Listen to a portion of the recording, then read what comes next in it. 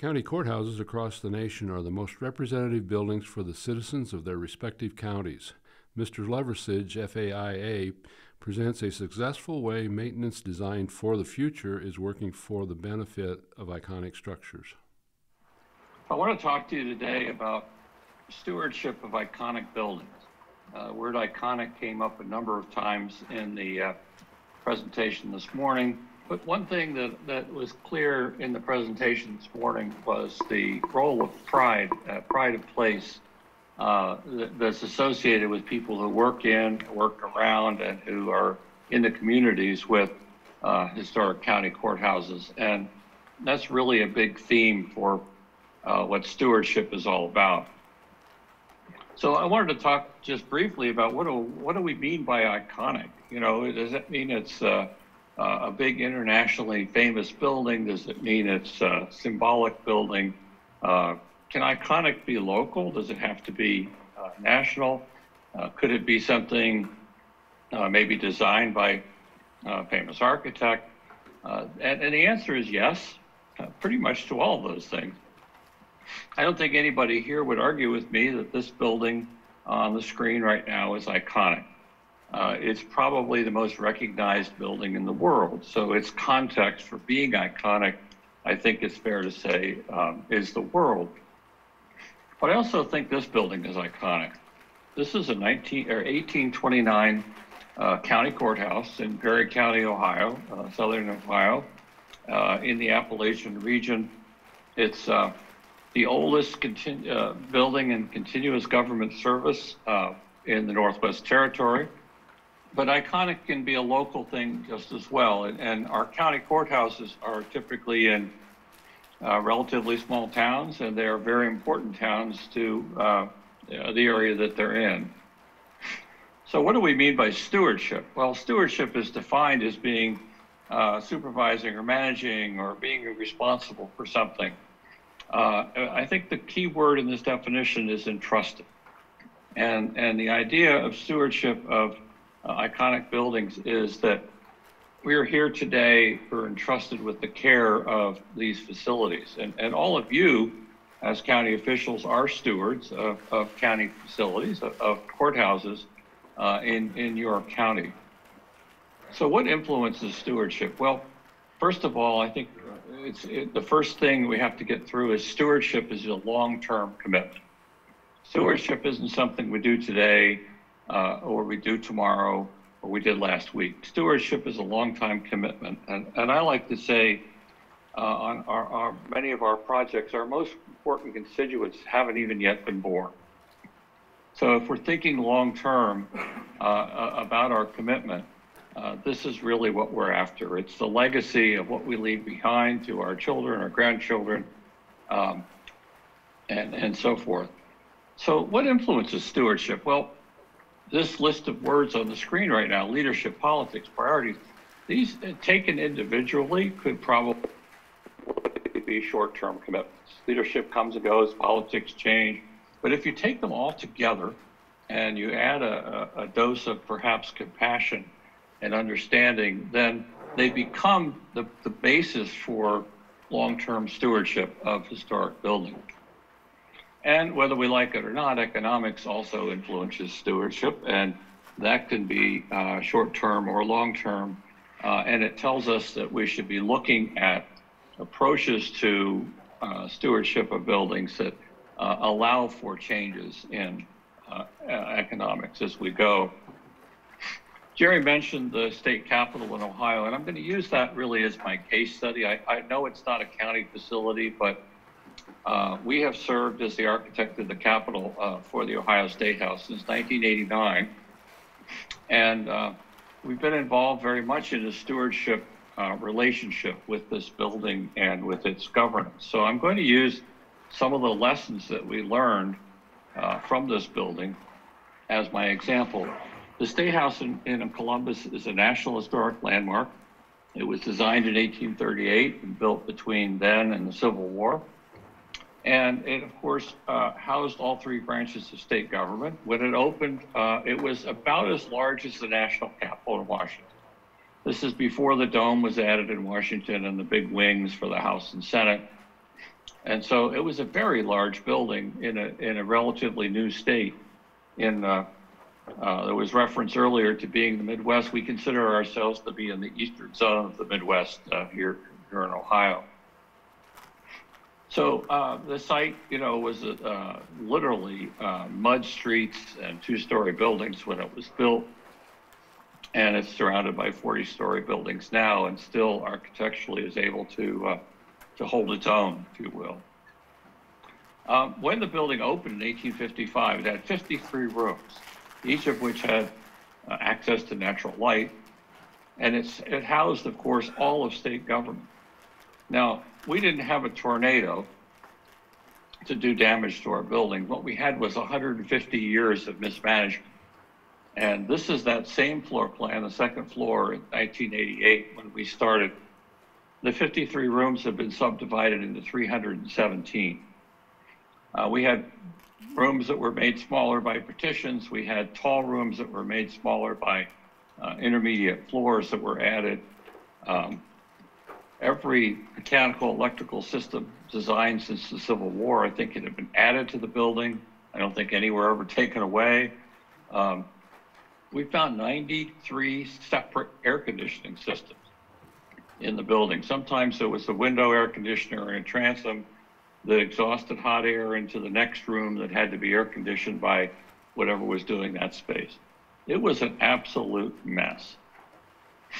So no tornado, but pretty extensive damage. So between 1989 and 1996, we designed and spent $125 million restoring, renovating, and adding to the state capitol. Now this is in like $1890 or $1990. I suppose it'd be more like $300 million now. It involved a new capitol atrium, a space for big events, complete renovation inside and out, all the things that you see listed here on the screen. But the most important thing maybe that came out of that is at the very bottom of the list where it says the creation of the Capitol Square Review and Advisory Board. This is a governance group that I'll come back to in a few minutes and kind of explain why that move was probably the most significant thing to come out of this major renovation project. So how do we get this to happen? How do we get stewardship to happen? And the answer is it's very simple, but very difficult to achieve. I call it political will. This photograph that you see in the unrenovated State House is really, really significant. I wish it was a better photo because this doesn't happen very often, but this is a press conference announcing the master plan, announcing that the state had finally realized this building was in such bad shape that they were going to have to invest in fixing it up. And the people on this dais are representing private foundations, the business community, the minority and majority officers of the General Assembly, of the House and the Senate, the governor, the state architect, and as it turns out, some rather young-looking architects on the right-hand side. But these people got together and said, damn it, we got to do this, and we've got to do it right. And we can't let politics get in the way. And for the entire length of time that we worked on this project, on the renovation project, which was 10 years, that political consensus was maintained. The commitment, the compassion, and the stewardship responsibility of the building and the facilities was honored by these people. And they changed. We had different governor, we had different president, Senate over that time, but the consensus and the political will to do the project and to be good stewards was really important. Another thing to point out about what we mean by stewardship is what we don't mean is freezing time. We don't mean shutting the door and saying nothing can ever change. But what we do mean is seeing that these historic, iconic buildings continue to play a vibrant role. What we are told over and over again when we started our state capitol project is, don't make it a museum, it's a working capitol. We're going to do government, do the work of government for the people in the building. And I think that's really important. One of the things that we learned early on is that it's really important to do what I call channeling the original architect, trying to get into the head of the people that designed the building, the times, the place, the materials, the styles, the architecture, to really sort of understand that. The role of the renovation architect or the restoration architect is not to bring a huge amount of ego to the table and change everything. It's really to start by understanding what happened to get us there, and then understand what's happened over time, because buildings change over time, and somehow you have to analyze those changes and say which ones are important, which ones are significant, which ones add to the stewardship formula for the building. In our case, we had a major addition built in 1901. We call it the Senate building now, but it was actually a judiciary annex. In 1963, they dug up the entire site down 3 stories and built an underground parking garage. And then the little piece in the middle here is the addition that we did in 1996. And so by understanding how we got to where we are, we find ourselves in a better position to make the kind of changes that allow the building to continue to have useful life going into the future. I put these photographs in just so you could see that we did spend the money wisely, I hope. Made it look a lot better, make it function a lot better. So these are some after shots to counter the ones I showed earlier. But one of the things that we learned in this project is to try to approach a renovation project by making long-term decisions. I call them 100-year decisions. It certainly doesn't mean that every decision that we put into a building will last 100 years. But let me give you an example. We had to put a new mechanical and electrical system into this building. Obviously, I told you we found 93 separate ridiculous units all over the building when we started. And so and if you look at the picture on the right, and you see how they dealt with air conditioning in the past, they just stuck it on the wall. Well, we didn't want to do that. So using the chainsaw that you see on the left, the biggest chainsaw I've ever seen, we were actually able to cut a channel, a chase right up through that wall. That wall is 4 feet thick. We could put big ducts in that space. We could then cover them over with concrete block and plaster so that you'd never know that we were there. Now, the mechanical system is not going to last 100 years. So that pathway actually goes down through the first floor, through the basement floor, across underneath the basement floor, and into a plinth or a platform that goes around the building on the outside. That's kind of mechanical and service type spaces. So we put the equipment, the air conditioning equipment there. And so it's in a place where when it wears out or when it needs to be serviced, we can service it, we can replace it without having to come back into the building and tear it up again and renovate. And we try to do that sort of thing as often as we could. And in some cases, in the time since the building was completed, we've done things like that. The chandelier that you see here, for instance, has already been converted from compact fluorescent lights and quartz uplights to modern energy efficient LEDs. We could do that without even taking the chandelier down, let alone having to rewire or reconfigure or cut into the plaster. So if you look at making decisions that are going to be flexible for the future, that's a big deal. Now, certainly when this building was opened, there were not computers, laptop computers on these desks. Matter of fact, laptop computers were invented during the time that we did the project. So technology is another thing that constantly changes. And I occasionally have people tell me, oh my gosh, we can't renovate that building because we can't get the technology in. And usually my response to that is, if I can get air conditioning in, I can get the technology in because it's smaller. But in the case of this, which is the house chamber, The desks are actually on a slightly raised platform that helps with visibility. We were able to find places to easily get into that space and run wiring around. And when it changes and updates, it can be done again without even rolling back the carpet in this case. Last year, we replaced the electronic voting system in the House chamber. It's 20 years old. The video technology was kind of crude, and now it looks like a framed portrait on the wall. And so we were able to make those kinds of changes without tearing into the building. We also, while we had it torn up, we put in miles and miles of conduit. And I saw in the courthouse this morning that it looked like they were doing some of that as well. Conduit's a good thing because you can run technology in it. You can take the wires out. You can replace the wires. If you have empty conduits, which we also did, you can add new technology. So here you can see that we put in television cameras. We interconnected all of the public spaces in the building, every hearing room, the chambers, the atrium, the rotunda, all interconnected with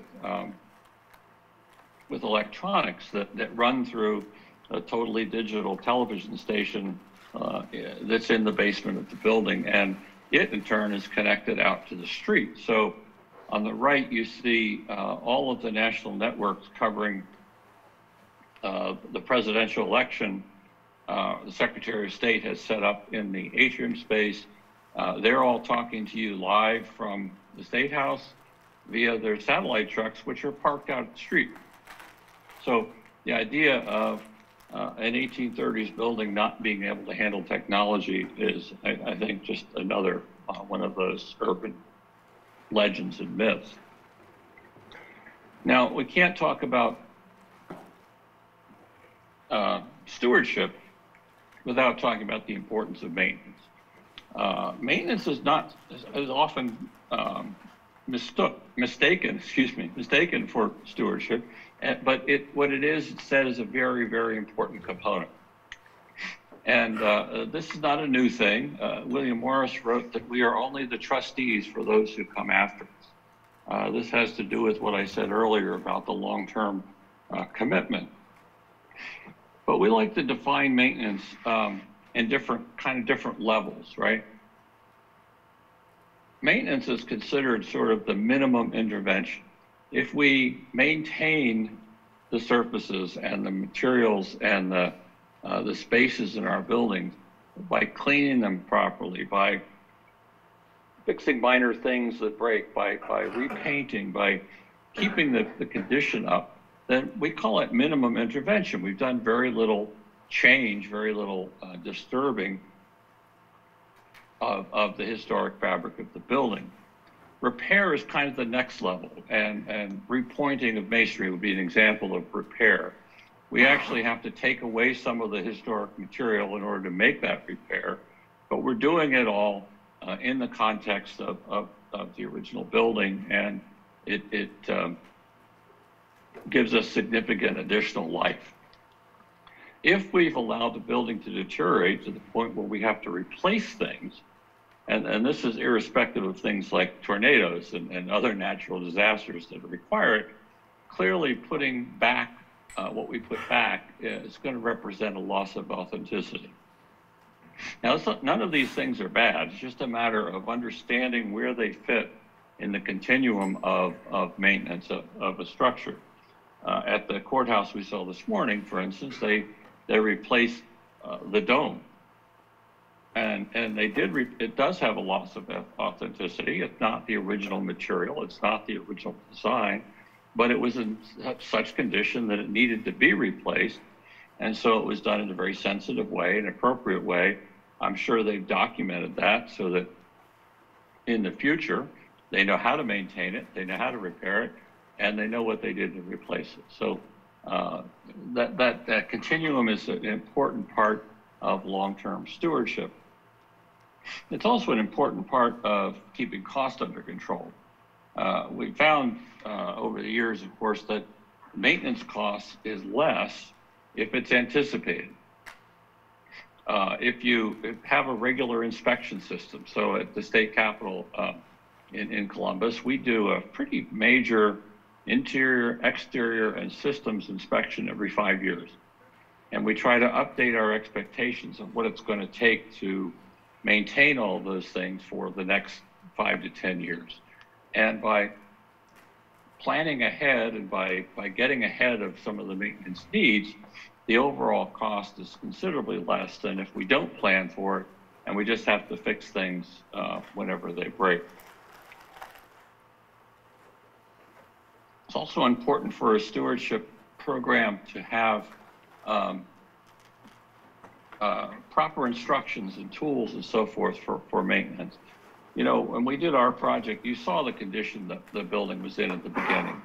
And after the renovation, most of the staff, the janitors, the maintenance people, the technicians that run the building were the same people that have been maintaining it, I think it's fair to say, very poorly for so many years. They came back to a building that was, had been put back together. It was quote unquote as good as new. And they had a whole new pride of place. They had something worth maintaining. They had something to really be proud of. More importantly, they had instructions and proper materials so that they knew the right way to maintain the building. This happens to be the Historic Courthouse Maintenance Handbook from the Texas Historical Commission. I think earlier today, Jerry made reference to Texas. Texas has done a really terrific job of recognizing its courthouses and finding state funding to help with planning and even bricks and mortar restoration and renovation projects. But this handbook is a good example of what any iconic building should have kind of as part of its stewardship plan. And then there's governance. And I mentioned earlier the Capitol Square Review and Advisory Board. One of the things that came out of our project was to create legislation to take a very kind of sleepy advisory board that used to talk about art placement and that sort of thing, and give it real legislative teeth. They reconstituted this Capitol Square board to include the President of the Senate, the Speaker of the House, the Minority Leader of the House and Senate, the Chief of Staff of the Governor, representatives of the Ohio History Connection, the Ohio Arts Council, the two clerks that run the General Assembly day to day, a former Senate President and a former House Speaker, which gives the board a sense of history, a sense of continuity, this long-term stewardship approach, a member representing the public at large. And this group is responsible for the state capitol, for the iconic building and grounds that is our state capitol. They're no longer part of the Public Works Department. All the employees work for Capitol Square Review and Advisory Board.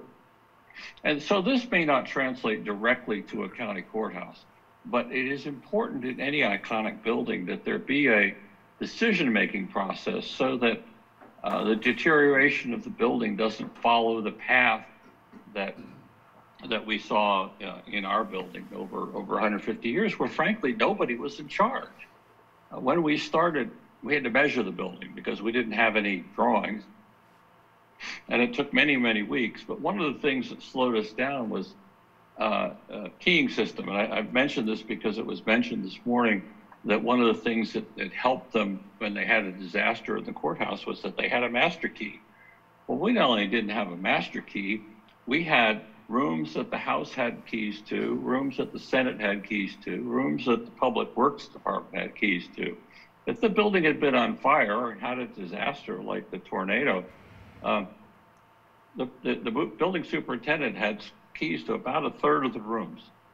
So having a central point of governance for taking responsibility for the building is a really, really important aspect of stewardship.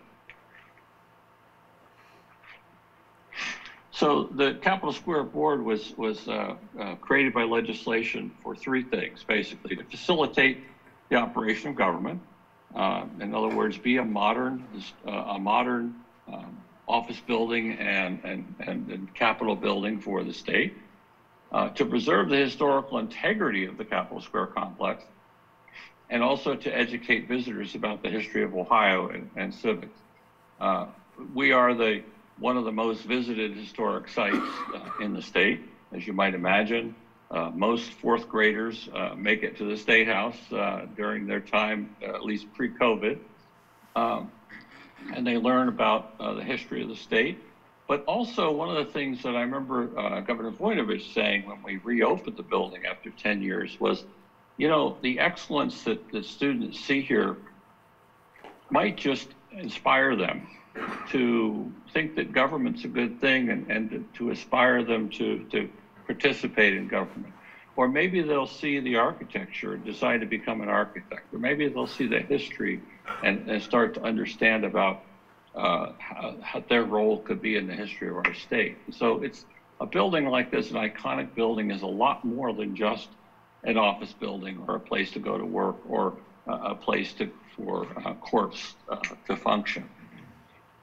One of the things I'm particularly proud of with the legislation was among all of the other things that the law says that Capitol Square Board's responsible for, they are responsible for maintaining the building in accordance with the Secretary of the Interior's standards for rehabilitation.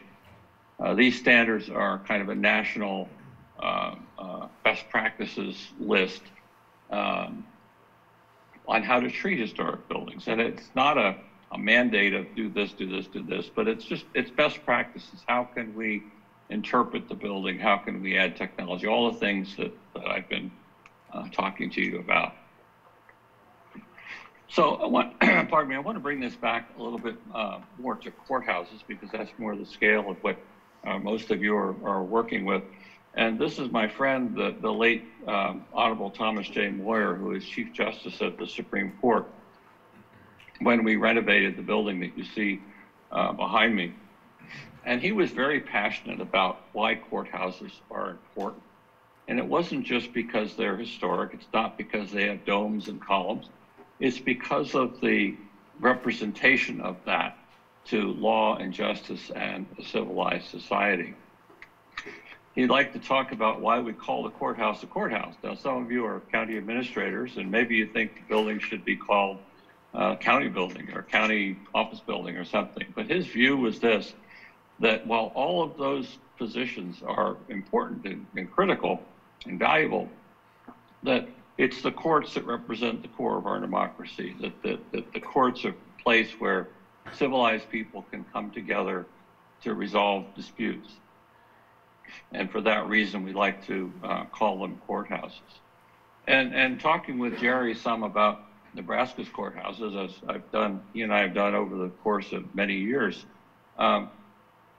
Like Ohio, you have a big collection of county courthouses, just a few of them, of course. You have old ones, you have really high style historic courthouses, you have smaller ones, you have newer ones. Some of them are perhaps more distinguished as architecture than others, but all of them are common in that they are, in a very real sense, the most important structure in the county. And it's for this reason that we try to connect the idea of stewardship and legacy with these important buildings. And just as Lucas was talking earlier about the pride of the big day when they were showing off what they had done in town, I want to take you back to a rainy day in 1894 in Harrison County. Cadiz, Ohio is best known as the birthplace of, I just lost it. I'm having a brain problem here. Anyway, it's a small town in coal country, what had been coal country in Ohio. And this is the day that they laid the cornerstone for their new courthouse. And I don't expect you to read this, but this is a newspaper clipping from a couple of days later. And it was interesting to me from a number of perspectives. One was that in the morning, all the roads heading into the county seat were crowded with vehicles, bringing people from every township in the county They had special trains on the railroad bringing in, and it says not only hundreds, but thousands of people. And the newspaper asked this really important question, which is, well, why did so many thousands of people come together? Well, they certainly didn't come to see the contractor, pick up a piece of stone and put it in the building. They came to celebrate what this building is all about. And this is what is kind of behind buildings being iconic. They represent our hopes and our aspirations for the future, much more so than perhaps the past. So this is later in the day. Apparently the rain stopped, and this is pre-OSHA and pre-COVID, but you can see the size of the crowd and the enthusiasm and the pride that this little town in this rural county had in setting up their new building. And this is a photograph of the building they got as a result of that, that commitment. And this is a much more recent photograph of the same building. And you can see that over time, the county commissioners and the county have been pretty good stewards. We've done a number of projects in this building to help with that, but a lot of the original system structure and detailing and so forth is intact in this building, because even today, when this county has no more coal jobs and is one of the poorer counties in our state, the pride that they have in their iconic county courthouse is pretty significant. So what is it that makes a building a courthouse? It's not an office building, it's not a manufacturing building, it's not a retail building. It's a building that represents the dignity of the courts. It represents the symbolism of the courts as a civilized place to resolve disputes. And as stewards, we have to look at the space. And Nam was talking about this a little bit as they were trying to sort out what to do with their courthouse after the tornado disaster. Is it adequate? Does it have enough space for now and for the future? And so many things have changed with courts, the increased need for security, the increased need to separate judges and defendants from the public, making it a more acceptable experience for jurors. You know, it's hard to get people to take time off to work and become jurors, but our whole system of jurisprudence depends on it. And of course, life safety codes and concerns have changed, accessibility for people with disabilities and so forth. All of these things are considerations that have to be taken into account as we are long-term stewards of these important buildings. This is just an example we were involved with a few years ago, a beautiful county courthouse in Seneca County, Ohio, northwestern Ohio, built in 1888. Designed by the same architect that designed the state capitals of Michigan and Texas and Colorado. And you can see that by 1944, the county commissioners hadn't been particularly good stewards of this building. You look at the condition of the stone, you look at the replacement windows, you look at what they did to the when it leaked, and you think, well, maybe they weren't such good stewards. But in 2010, 11, the county commissioners were planning to tear the building down, but a group of citizens came together and said, wait a minute, this building is our past, it's our future, it's representative of all of the kinds of things that we've been talking about. We don't want to lose it. But the commissioners, of course, said, oh, it's not secure, and oh, we need another courtroom, and oh, we can't, keep the prisoners safe, and all the things that we normally hear. And certainly with all of those steps, we can't possibly make this building accessible for people with disabilities. What about mechanical and electrical? It's all old, the plumbing's in the basement, it smells. And we looked at the building and we tried to understand the architecture. We tried to get into the head of the architect who had designed it. We found that if we needed another courtroom, there was a relatively logical place to put it. We found that we could create a grade level entrance, which would be a place for security and the necessary security checks and and still be an accessible entrance. All of these things could be done within the framework of this building. They could be done for less cost to the taxpayers than building a new building. It would be, as we had to say, in order to make it past certain people, as good as new. I used to sometimes say better than new, because it would also be this kind of wonderful building. But it was going to be as safe and as comfortable and as secure as any new building. And we could do all of that within the context of being stewards of this building. And the story was a happy one, but it has a sad ending. After the commissioners had accepted the community's report, had accepted the commitment to some private fundraising to replace the tower, had accepted a very favorable financing plan, and had chosen us as the architect, there was a change in state government. There was a change in a little bit in local funding. And the commissioners, literally in a fit of being mad at the governor, voted to tear the building down. And that's what they did. And they've replaced it with something that at best I can say it looks like a bad office building. So if they had been good stewards all along, they wouldn't have had the issue to begin with. They had the opportunity to overcome that, and they chose not to take advantage of it. But I use it as an example because it's one where this building is, as you can see, it's pretty typical of the kind of buildings that you do have in Nebraska. And my point is, we can make them accessible, we can make them secure, we can make adequate space, we can create a wonderful building and then maintain it over time by applying good governance and good maintenance practices and so forth.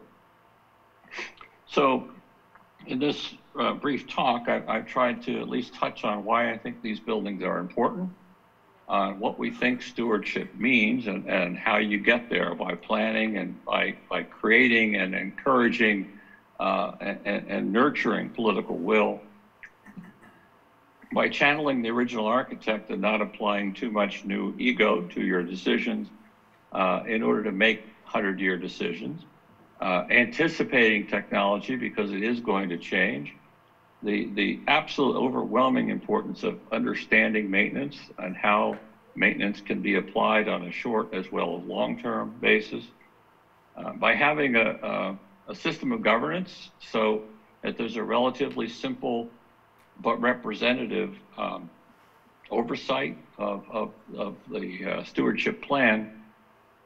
And I always refer to courthouses as the infrastructure of our democracy. I'm trying to use that to get people to fund it, right? Everybody wants to fund infrastructure. So it's relatively easy to get funding for roads and highways and bridges. But I think that county courthouses are literally the infrastructure of our democratic system. And we need to treat them as such and get them on a path to good stewardship.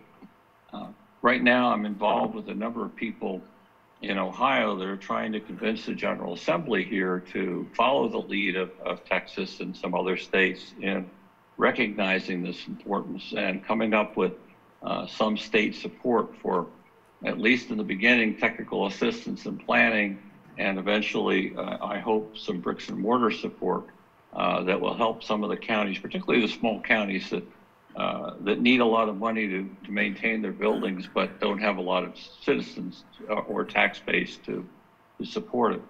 So we're in the process of doing that right now as Ohio, I hope, is coming out of its COVID related economic situation and moving forward into the future. We're trying to make sure that these important iconic buildings fall under the stewardship of the people of the state of Ohio.